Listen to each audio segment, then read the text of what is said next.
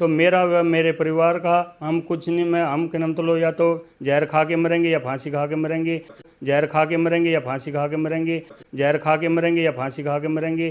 तारीख पे तारीख 3 महीने बाद 2 महीने बाद तारीख देते हैं। बोल मैं कहीं काम नहीं कर अपने घर बैठा हूँ। मेरा बिल्कुल नो लगा लो, मैं बहुत परेशान हो गया हूँ। अपने बच्चों की जो 2-2 3-3 महीने की स्कूल की फीस भी पेंडिंग रह जाती है और घर परिवार का खर्चा चलाने में असमर्थ हूँ। सरकार से मेरे से यही अपील है कि या तो निकालना तो उनको भी निकालो जो नकली हैं, या मेरे को भी नौकरी पर वापस रख लिया जाए।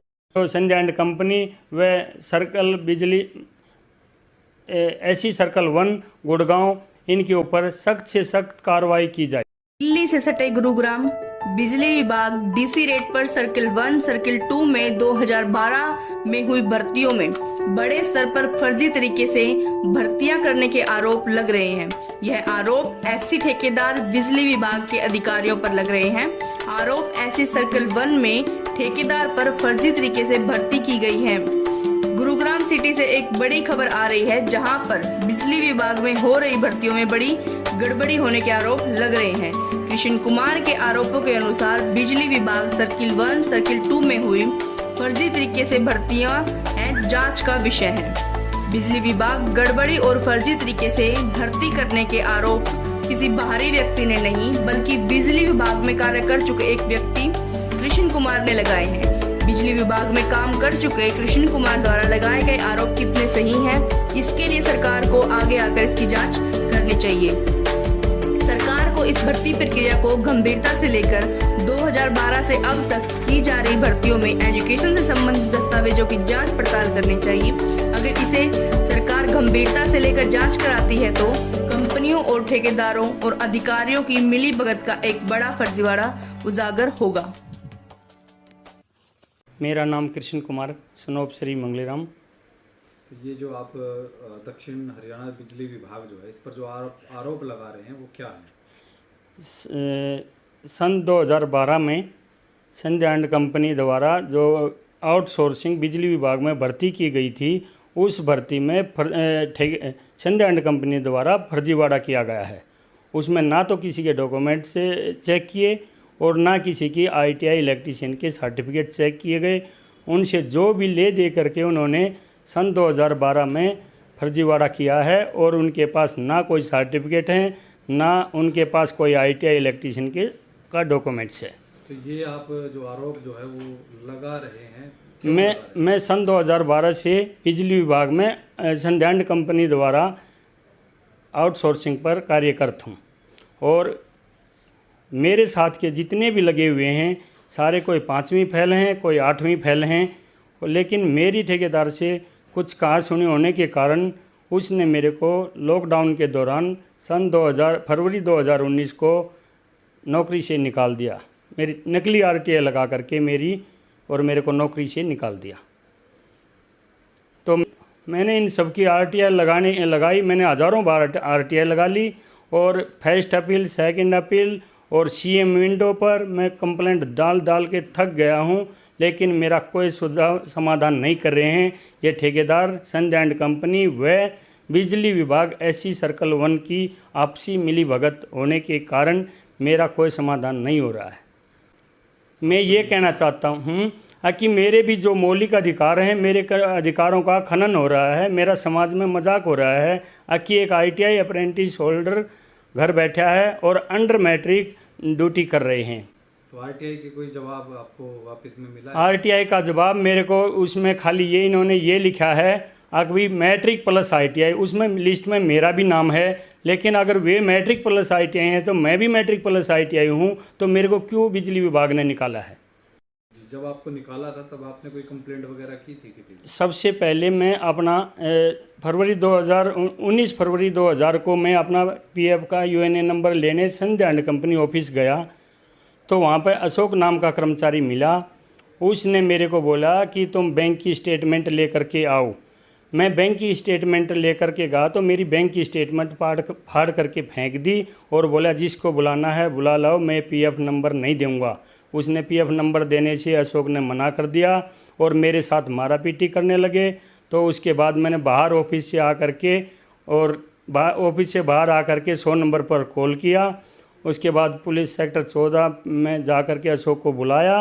अशोक ने माफ़ी मांग करके माफ़ीनामा लिख दिया। उस माफ़ीनामे में ये लिखा गया था कि मैं तेरे को नौकरी से नहीं निकालूंगा, लेकिन 15 दिन के बाद उसने मेरी धीरज नाम की नकली RTI लगा करके मेरे को SC साहब सर्कल 1 के पास मेल करके मेरे को नौकरी से निकाल दिया। और कहने मतलब जबकि मैं ITI अप्रेंटिस मारुति उद्योग लिमिटेड से हूँ और मेरा कहने मतलब किसी प्रकार के कोई नकली डॉक्यूमेंट्स नहीं है। जिस दिन ज्वाइनिंग किया था उस दिन भी वही डॉक्यूमेंट्स थे और आज भी मेरे वही डॉक्यूमेंट्स हैं। और जो मेरे साथ के लगे हुए हैं 90% स्कैन कर करके दूसरे के सर्टिफिकेटों से आज ड्यूटी कर रहे हैं, मौज मस्ती मार रहे हैं। मैं घर बैठा हूँ, एक एक पैसे के लिए तरस रहा हूँ। मैंने हज़ारों बार RTI लगा ली अपनी मिसेज के नाम से, अपने नाम से, भाई भतीजों के नाम से, लेकिन उसका कोई जवाब नहीं दे रहे। मैट्रिक प्लस ITI की लिस्ट दे करके मेरे को गुमराह कर रहे हैं। और CM इंडो पर भी कंप्लेंट मैं बहुत बार डाल चुका हूँ, उसका भी कोई हल नहीं निकल रहा। तो आपके पास कंपनी का कोई सर्टिफिकेट कार्ड वगैरह कुछ? मेरे पास बिजली विभाग का कार्ड है, ये मेरा आई कार्ड है। और क्या क्या है आपके पास? आई कार्ड है, सैलरी स्लिप आती है, सैलरी स्लिप वे निकाल के नहीं देते। सैलरी स्लिप मेरे को आई है, मेरा PF नंबर है, PF कार्ड है। तो वो जो अकाउंट है आपका वो कंपनी की तरफ से? मेरा जो HDFC बैंक का अकाउंट है ये कंपनी का खोला हुआ अकाउंट है। कंपनी ने खोल के दिया था। 10 लाख का इंश्योरेंस है और मेरा PF सब के मतलब कोई मेरा नाम नहीं, खाते में PF नंबर नहीं दे रहे। ये जो अशोक आप बता रहे हैं, इसके अलावा भी आपने किसी उच्च अधिकारी तक पहुंचने की कोशिश की? हाँ, मैंने उच्च अधिकारी तक संध्या एंड कंपनी दिल्ली के पास, मैं कहना मतलब जो इनका 99 नंबर है नई दिल्ली में, वहाँ पे भी मैंने एक उसको RTI की कॉपी भेजी थी। तो वहाँ पे जो संध्या कंपनी की जो मैडम है जिसके नाम कंपनी है, तो बोली आज के बाद यहाँ RTI भेजने की तेरी हिम्मत कैसी होगी, आज के बाद यहाँ RTI नहीं भेजना। मैं बोला जब ऑफिस एड्रेस लिखा हुआ है तो मैं RTI क्यों नहीं भेज सकता, जब आपने वो लेटर हेड पर जो एड्रेस डला हुआ है या तो ये एड्रेस नकली है, अगर ये असली है तो मैं RTI क्यों नहीं भेजूँगा, RTI का जवाब आपने देना पड़ेगा। वो बोली तुम कुछ भी नहीं कर सकते, मैं एक वकील हूँ, मेरा कुछ नहीं होना। सर मैंने हाई कोर्ट में और एक कंज्यूमर कोर्ट में दोनों जगह केस डाल रखा था। तो इन्होंने बिजली विभाग के और कॉन्ट्रैक्टर संध्या एंड कंपनी वालों ने बोला कि जी ये एक ही केस चालू कर सकता है, दूसरे केस को क्लोज करना पड़ेगा। तो मैंने हाई कोर्ट से अपना क्या मतलब केस क्लोज करके ट्रांसफ़र करवा के कंज्यूमर कोर्ट में ही दोबारा क्या मतलब डाल रखा है।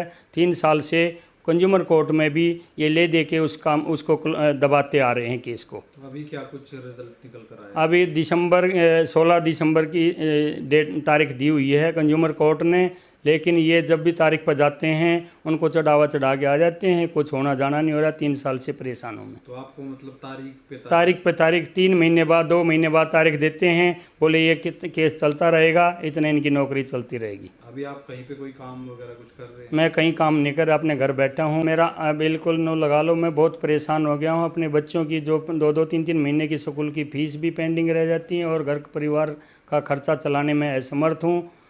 और अगर यही हालत रही तो मेरा व मेरे परिवार का हम कुछ नहीं, मैं हम के मतलब या तो जहर खा के मरेंगे या फांसी खा के मरेंगे। सरकार से मेरे से यही अपील है कि या तो निकालना है तो उनको भी निकालो जो नकली हैं, या मेरे को भी नौकरी पर वापस रख लिया जाए। मैं सरकार से यही प्रार्थना करता हूँ कि मेरे साथ अन्याय हुआ है, मेरे मौलिक अधिकारों का खनन हुआ है, मेरी निष्पक्ष जांच की जाए। इसमें जो भी कोई या तो संध्या एंड कंपनी व सर्कल बिजली SC सर्कल 1 गुड़गांव, इनके ऊपर सख्त से सख्त कार्रवाई की जाए।